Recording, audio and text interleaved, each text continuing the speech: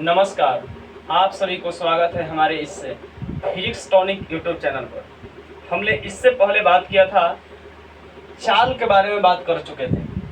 11th का mechanics अभी चल रहा है, उसमें हम लोग चाल क्या है, उसका डायमेंशन, यूनिट, स्केलर है या वेक्टर है, उसको हम लोग देख चुके थे। और साथ ही उसमें देखे थे कि टाइप्स ऑफ स्पीड यानी कि चाल के जो प्रकार थे, 4 प्रकार हम लोग देख चुके हैं। अब हम लोग इसके बाद जो आता है बारी, वो है वेग। आज कंप्लीट हम लोग वेग देखेंगे और इससे भी जो आपका जो टाइप्स है वो भी हम लोग कवर करेंगे। चलिए बढ़ते हैं आगे। वेग आखिर इंग्लिश में इसको कहते हैं वेलोसिटी। वेग को इंग्लिश में वेलोसिटी कहते हैं। देखिए, वेग का परिभाषा हम छोटा लिखे हुए हैं, किसी वस्तु द्वारा एकांक समय में निश्चित दिशा में तय की गई दूरी को वेग कहते हैं। इसमें एक वर्ड क्या है, निश्चित दिशा। देखिए, 2 बातें हैं। अगर डायरेक्शन के साथ चलता है, दिशा के साथ चलता है, तो फिर वह सदिश की ओर बढ़ जाएगा, सदिश की ओर जाएगा वो। लेकिन विदाउट डायरेक्शन है, माने बिना डायरेक्शन के है वो, तो वो अदिश राशि हो जाएगा, स्केलर हो जाएगा। फिर इसमें देख रहे हैं क्या, अगर यह वर्ड नहीं होता तो फिर यहाँ वेग नहीं चाल लिखना पड़ता। और चाल बराबर हम लोग पढ़े थे कि चाल बराबर होता है दूरी बटा में समय। अगर इसी को लिखें किसी वस्तु द्वारा एकांक समय में तय की गई दूरी को, तो यहाँ पर चाल कहना पड़ता। लेकिन यदि किसी वस्तु द्वारा एकांक समय में एक निश्चित दिशा में कह रहा है, किधर डायरेक्शन है, डायरेक्शन बता दिया इसमें, निश्चित दिशा में अगर दूरी तय करेगा तो डायरेक्शन इसमें कह दिया, डायरेक्शन को शो कर रहा है, डायरेक्शन बता रहा है, तो यह दूरी जो है अब दूरी नहीं रह गया, वो अब विस्थापन हो जाएगा। क्योंकि विस्थापन एक निश्चित दिशा में तय की गई दूरी है, जिसको हम लोग निकालते हैं प्रारंभिक और अंतिम बिंदु के बीच का जो न्यूनतम दूरी है, उसको विस्थापन कहते हैं। और यह डायरेक्शन के साथ चलता है, इसलिए यह दूरी जो था निश्चित दिशा होने के कारण विस्थापन में चेंज हो गया। और बताए थे कि अगर एकांक लगेगा, तो किसी वर्ड में एकांक लगेगा तो वो चल जाएगा नीचे। तो ये कहता है एकांक समय में, तो समय नीचे, निश्चित दिशा में तय की गई दूरी और डायरेक्शन बोल दिया तो यह दूरी क्या हो जाएगा, विस्थापन। फॉर्मूला निकल के आया, वेग बराबर विस्थापन बटा समय। वेग को हम लोग v से सूचित करते हैं, v फॉर वेलोसिटी है, और यहाँ s फॉर यहाँ विस्थापन है। ऐसे d फॉर डिस्प्लेसमेंट होता है, यहाँ डिस्प्लेसमेंट है, लेकिन हम लोग विस्थापन को s से भी सूचित कर सकते हैं। विस्थापन कहें, दूरी कहें, सब आपका s से सूचित होता है। बस फर्क इतना ही है कि दूरी एक अदिश है और विस्थापन एक सदिश है। क्यों? क्योंकि दूरी आपका इसमें डायरेक्शन का जिक्र नहीं होता और विस्थापन में डायरेक्शन का जिक्र होता है, तो दोनों को हम लोग s से ही सूचित करते हैं। फर्क इतना ही है कि बस सदिश और एक अदिश है। तो विस्थापन को s से, समय को t से। फॉर्मूला या v बराबर s बटा t है। इसके बाद हम लोग देखेंगे इसका SI यूनिट, SI मात्रक क्या है। देख पा रहे हैं आपकी v का यूनिट है, ऊपर s है, नीचे t है। s पर यहाँ विस्थापन है, दूरी हो, लंबाई हो, चौड़ाई हो, ऊंचाई हो, त्रिज्या हो, चाप हो, सबके लिए हम लोग चलते हैं क्या, मीटर। सबके लिए मीटर चलते हैं, लंबाई, चौड़ाई, ऊंचाई, दूरी, विस्थापन, त्रिज्या, ये सब रहेगा तो समझना है कि आपका विस्थापन भी है तो उसमें मीटर में, और समय को सेकंड में, तो इसका SI मात्रक मीटर प्रति सेकंड है। डायमेंशन की बात करें तो डायमेंशन अगर हम निकालते हैं तो S बटा T फॉर्मूला है। वो भी बताएं कि अगर डायमेंशन की बात करेंगे तो लंबाई, चौड़ाई, ऊंचाई, दूरी, विस्थापन, इसमें त्रिज्या, चाप, ये सब जो होगा हम लोग बड़ी L से सूचित करते हैं, कैपिटल L का प्रयोग करते हैं। और T मतलब टाइम है, टाइम के लिए बड़ी T, कैपिटल T का प्रयोग करते हैं। प्लस यहाँ 1 है, ऊपर जाके माइनस होगा, LT माइनस 1 हो गया, LT के पावर -1, LT इनवर्स भी कह सकते हैं। देखिए, उसमें भी जब चाल निकाले थे तो उसका भी SI मात्रक मीटर प्रति सेकंड आया था, उसका भी डायमेंशन यही आया था, LT इनवर्स आया था। दोनों का SI मात्रक और बीमा बराबर है। फर्क इतना ही है कि यहाँ पर दूरी है तो इसके जगह पर विस्थापन है, और दूरी एक अदिश राशि है और विस्थापन एक सदिश राशि है। सोचो ना, सोचिए आप, मतलब आपको हम कहें कि आप अपने घर पर अभी हैं, आप अपने घर से बाहर निकलिए और 10 किलोमीटर की दूरी पर मेरा घर है, 10 किलोमीटर की दूरी पर मेरा घर है। आप निकलेंगे, लेकिन फिर वापस अंदर आकर पूछेंगे कि सर बताइए कि किधर 10 किलोमीटर, पूरब की ओर, पश्चिम की ओर, उत्तर की दक्षिण, बताइएगा कुछ ना। डायरेक्शन शो करके हम कह दिए हैं, डायरेक्शन बता देंगे तो दूरी दूरी नहीं फिर विस्थापन हो जाएगा। वो डायरेक्शन के साथ बोले, लेकिन केवल हम कह दें कि 10 किलोमीटर चल जाइए तो वह दूरी है। तो यही दूरी आपका अदिश हो गया और विस्थापन सदिश हो गया। तो चाल और वेग में इतना ही फर्क है कि यहाँ दूरी यहाँ विस्थापन, इसीलिए यह अदिश राशि था। अब वेग की बात करेंगे तब वेग देख पा रहे हैं आप कि ऊपर विस्थापन है और नीचे समय है और विस्थापन सदिश राशि, तो सदिश को भी से, भी फॉर वेक्टर, और यह समय को अदिश राशि और अदिश को एस से, और भी बटा एस बराबर भी होता है। पढ़ा चुके हैं इसमें कि भी बटा एस बराबर भी होता है। विस्थापन बटा में समय, सब अगर सदिश में अदिश से भाग देंगे तो सदिश राशि प्राप्त होता है। इसलिए वेग एक कैसा राशि है? सदिश राशि। हम लोग देखें कि कुल मिला के यहाँ बात करें तो चाल और वेग में इतना ही का फर्क है कि एक सदिश एक अदिश, क्योंकि यह एकांक समय में जो चाल है एकांक समय में तय की गई दूरी है और यह भी एकांक समय में लेकिन निश्चित दिशा में तय की गई दूरी है, जिसके कारण वेग सदिश राशि और चाल अदिश राशि। इसके बाद हम लोग देखेंगे क्या, आगे बात करते हैं types of vector, types of velocity. Mistake हो गया इसमें, टाइप्स ऑफ यहाँ पर वेलोसिटी है, मतलब कि वेग का क्या प्रकार है, कितने प्रकार है। उधर भी हम लोग 4 ही प्रकार देखे थे। उसमें आपका पहला औसत चाल था, उसके बाद आपका तात्क्षणिक चाल था, उसके बाद ठीक एक समान चाल था, फिर असमान चाल था। 4 प्रकार देख चुके थे और चारों में हम लोग परिभाषा भी देख चुके थे कि उसका परिभाषा है क्या। थोड़ा गौर कीजिएगा। जैसे मान लो उसमें था आपका एक औसत चाल, औसत चाल था, उसके बाद तात्क्षणिक चाल था, उसके बाद हम देख पा रहे थे उसमें कि आपका एक समान चाल था, एक समान चाल था, और फिर उसके बाद असमान चाल था, और इसका सबका हम लोग परिभाषा भी देख चुके थे। देखिए इसमें ही पहला जैसे औसत चाल है तो इसका पहला औसत वेग है।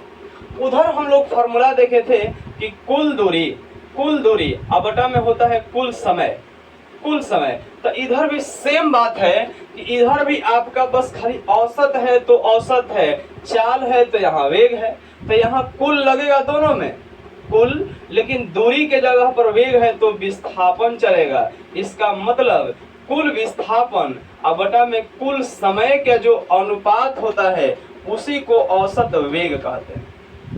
कुल विस्थापन बटा में कुल समय का जो रेशियो है, अनुपात है, उसी को औसत वेग कहते हैं। परिभाषा क्या कहेंगे कि किसी वस्तु द्वारा एक निश्चित दिशा में कुल विस्थापन तथा विस्थापन होने में कुल लगे समय के अनुपात को औसत वेग कहते हैं। किसी वस्तु द्वारा एक निश्चित समय में एक निश्चित दिशा में, किसी वस्तु द्वारा एक निश्चित दिशा में कुल विस्थापन और कुल समय के अनुपात को औसत वेग कहते हैं। और फॉर्मूला है आपका औसत वेग बराबर कुल विस्थापन बटा में कुल समय। यह आपका हो गया औसत वेग, इसको कहते हैं। देखिए इसके बाद फिर आपका आता है कोणीय वेग, जिसको इंग्लिश में एंगुलर वेलोसिटी कहते हैं। देखिए 2 प्रकार का वेग मिलेगा आपको पढ़ने के लिए, 2 प्रकार का वेग बार बार आपको आएगा। एक को कहते हैं हम लोग रेखीय वेग और दूसरा आपका मिलेगा कोणीय वेग। एक को कहते हैं रेखीय वेग और दूसरा को कहते हैं कोणीय वेग। रेखीय के मतलब क्या होता है? रेखीय के मतलब हुआ लिनियर वेलोसिटी है, यह एंगुलर वेलोसिटी है। यदि हम कोई सरल रेखा में चल रहे हैं, मतलब यहाँ से मान लो चले अब वहां से दौड़ के फिर वापस आ जाए, तो यह हम लोग रेखीय वेग किए। इस रेखीय वेग में ध्यान रखना है कि या तो वस्तु विस्थापन होगा या वस्तु दूरी तय करेगा। वस्तु में विस्थापन होगा, अच्छा है, वस्तु दूरी तय करेगा तो वह रेखीय वेग है। लेकिन अगर वस्तु घूम रहा है तो उसमें रेखीय वेग नहीं कोणीय वेग होगा। जैसे पंखा चल रहा है, तो पंखा चल रहा है तो बताइए उसमें क्या दूरी तय होगा, क्या विस्थापन तय होगा? तो नहीं, उसमें कोण तय होगा। कितना डिग्री कोण चेंज हो रहा है? 0, 30, 70, 80, 90, 360 डिग्री पर घूमते रहेगा पंखा। तो घूम रहा है तो उसमें दूरी तय नहीं कर रहा, विस्थापन तय नहीं कर रहा, वो कुल मिला के कोण तय कर रहा है। और समय तो दोनों में लगना है, चाहे दूरी तय करे, अच्छा है इसमें आपका कोण तय करे, तो दोनों में समय लगना है। तो कोणीय वेग में कोण तय होता है। जैसे पंखा चल रहा है तो कोण तय हो रहा है। कोई डांस कर रहा है तो उसके लिए होगा क्या? कोण तय करना हो, घूमना होगा तभी होगा वो। अब ऐसा थोड़े है कि डीजे हम बजा दिए हैं और कोई लड़का वहां गया दीवार छू के चला आया, कहा कि हम डांस कर लिए, तो डांस थोड़े कर लाए, वो तो रेखीय वेग में चला गया। वो कोणीय वेग मतलब घूमना चाहिए, उसमें घूमेगा तब कहेंगे कि कोणीय वेग है। अब पंखा चल रहा है तो उसमें कोणीय वेग है। अब बताइए, हम कहें कि पंखा चल रहा है जी, तो हाँ पंखा चल रहा है, तो बताओ कि कितना देर के बाद पटना चल जाएगा। आप सोच पा रहे हो कि पंखा चल रहा है तो पंखा पटना चल जाएगा, क्यों नहीं जाएगा? क्योंकि इसमें रेखीय वेग नहीं है, इसमें आपका कोणीय वेग है, और यह दूरी तय नहीं कर रहा है, कोण तय कर रहा है। अगर कोण तय करेगा तो उसमें आपका कोण चेंज होगा, न कि दूरी या विस्थापन तय होगा। तो कोणीय वेग क्या कहता है कि एंगुलर वेलोसिटी यहीं पर आपका जो है कहता है क्या कि एकांक समय में वस्तु द्वारा बनाए गए कोण को कोणीय वेग कहते हैं।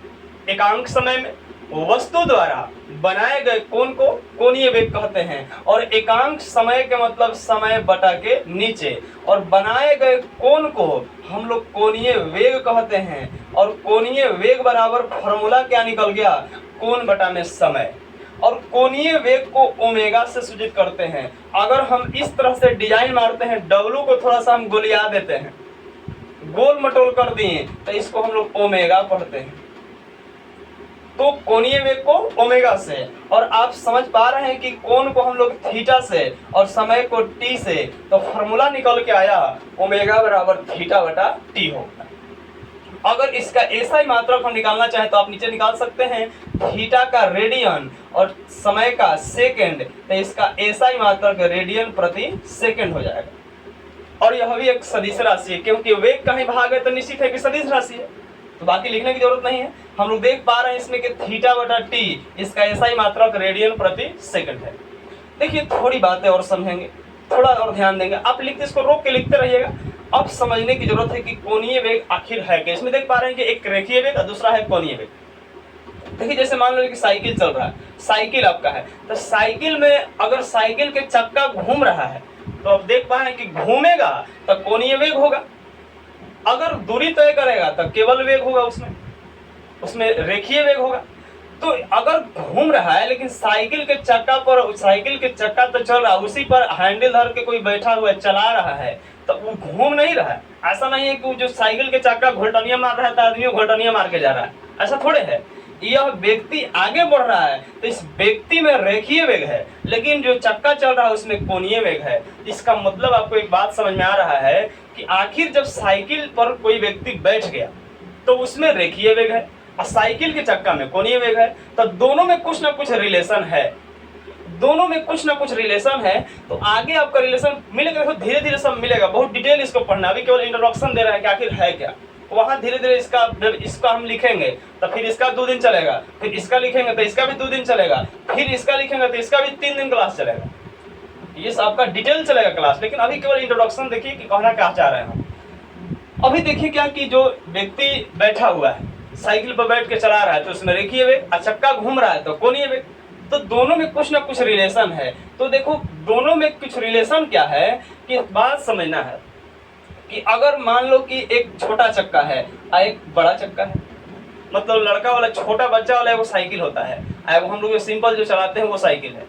अगर दोनों मान लो ये छोटा बच्चा वाला का है, बड़ा वाला का है, त्रिज्या है, इसका भी त्रिज्या है, आप देख पा रहे हैं कि इसकी त्रिज्या ज्यादा है, इसकी त्रिज्या कम है। अगर इसमें हम ऐसा चक्का वाला साइकिल में पैंडल मारेंगे 20 बार तो ज्यादा दूर नहीं जाएगा, लेकिन इसको अगर 20 बार पैंडल मारेंगे तो ज्यादा दूर तक जाएगा। मतलब त्रिज्या पर निर्भर करता है, इसीलिए यहाँ पर त्रिज्या के साथ यह समानुपाती में चलता है, v बराबर आर ओमेगा। ये पढ़ना है डिटेल, वहां पे हम इसको सिद्ध भी करेंगे कि यहाँ पर v बराबर आर ओमेगा चलता है। थोड़ी बात और ध्यान देना है। देखिए हम लोग का एक बात समझे, थोड़ा सा और समझा देते हैं कोणीय वेग का। जैसे आप देख पा रहे हो कि साइकिल में दोनों चक्का का त्रिज्या बराबर होता है, मोटरसाइकिल में भी दोनों चक्का लगा है, दोनों के त्रिज्या बराबर है, दोनों समान आकार का है, ऐसा नहीं कि वो बड़ा वो छोटा है। कई गाड़ी, तो मान लो कि अब इसमें आपका हम कार ले लें तो कार का भी जो सभी चारों चक्का है सब में त्रिज्या बराबर है, एक ही त्रिज्या का सब है, सब समान आकार का है। लेकिन ट्रैक्टर को आप देखते होंगे, ट्रैक्टर में जो ई चक्का बड़ा होता है और आगे वाला चक्का छोटा होता है, फिर भी वो बैलेंस कंडीशन में चल जाता है। आप ही सोचो ना, थोड़ा कल्पना करके सोचो कि हम ही लोग का पैर एगो छोटा कर दें एगो बड़ा कर दें, तब बैलेंस में नहीं चल पाएंगे, अप डाउन करके चलेंगे, ऊपर नीचे चल ही नहीं पाएंगे बढ़िया से। तो ये देखो बैलेंस करके बढ़िया से चलता है। अभी बड़ा चक्का है तो इसका त्रिज्या बड़ा है, ये छोटा है तो इसकी त्रिज्या छोटा है, लेकिन सोचो जरा एक ही समय साथ चलता है सब। अब मान लो कि बड़ा चक्का है, हम इतना देखें कि 4 सेकेंड में ये एक चक्कर लगाता है, 4 सेकंड में एक चक्कर लगाता है और 4 सेकंड में एक चक्कर लगाता है तो 40 मीटर चल जाता है। मान लो 40 मीटर में 10 मीटर कर देते हैं, 10 मीटर चल जाता है। लेकिन छोटा चक्का अगर हम कहें कि यह भी 4 सेकंड में एक चक्कर लगा रहा है, 4 सेकंड में एक चक्कर लगा रहा है, लेकिन यह मात्र 2 मीटर चल रहा है। क्या लगता है यह ज्यादा दूरी तय कर रहा है? क्यों? त्रिज्या इसका ज्यादा है। यह दूरी तय कम कर रहा है, क्यों? इसकी त्रिज्या कम है। तो क्या आखिर छोटा चक्का आखिर क्या करे कि इसके बराबर दूरी तय करे? तो आप समझ पा रहे हैं कि अगर 5 गुना स्पीड को बढ़ा दे, समय वही रहना चाहिए 4 सेकंड, समय में उतना ही समय में उतना दूरी तय करेगा। मतलब कि दोनों 4 सेकंड में अगर बराबर दूरी तय कर लेगा तो एकदम बैलेंस में चलेगा। इन्हें कि वो 40 है वो 10, तो बैलेंस में नहीं होगा, फिर गाड़ी बैलेंस में नहीं हो पाएगा। इसमें दोनों चक्का का साइज अलग अलग है, तो 4 ही सेकंड में खाली चक्कर अप डाउन करके दूरी को बढ़ा देना है। जैसे मान लो एक चक्कर में 10 मीटर चल रहा है, तो ये मान लो कि अगर 5 चक्कर मार देगा तो 2 5 10, इसका भी क्लियर हो जाएगा 10 मीटर। 4 सेकंड में 5 चक्कर मारेगा, 4 सेकंड में एक चक्कर मारेगा तो 10 मीटर, 4 सेकंड में 5 चक्कर मारेगा तो 10 मीटर। बैलेंस हो गया दोनों, बस खाली चक्कर अप डाउन करके। अब सोचिए कि ज्यादा चक्कर कम है, ज्यादा चक्कर है, कम चक्कर मार रहा है। जो बड़ा त्रिज्या है ये थोड़ा ज्यादा चक्कर नहीं मार रहा है, एक ही चक्कर है, इसका 5 चक्कर है। उतना ही समय में 5 चक्कर चले और उतना ही समय में एक चक्कर चले, तो समझ पा रहे हैं बढ़िया से कि कहीं ना कहीं छोटा वाला चक्का जल्दी जल्दी घूमेगा तभी ज्यादा चक्कर मारेगा, और ज्यादा चक्कर मारेगा तो इसके बराबर दूरी तय करके एकदम गाड़ी बैलेंस कंडीशन में चलेगा। ये आपका सब कोणीय वेग है, ये सब आपका कोणीय वेग है। अब थोड़ी बात समझे, बाकी हम लोग क्लास में इसके बारे में डिटेल बात करेंगे, बहुत डिटेल चलेगा, हम लोग देख लेंगे, इसका न्यूमेरिकल साथ पूरा क्लास चलेगा।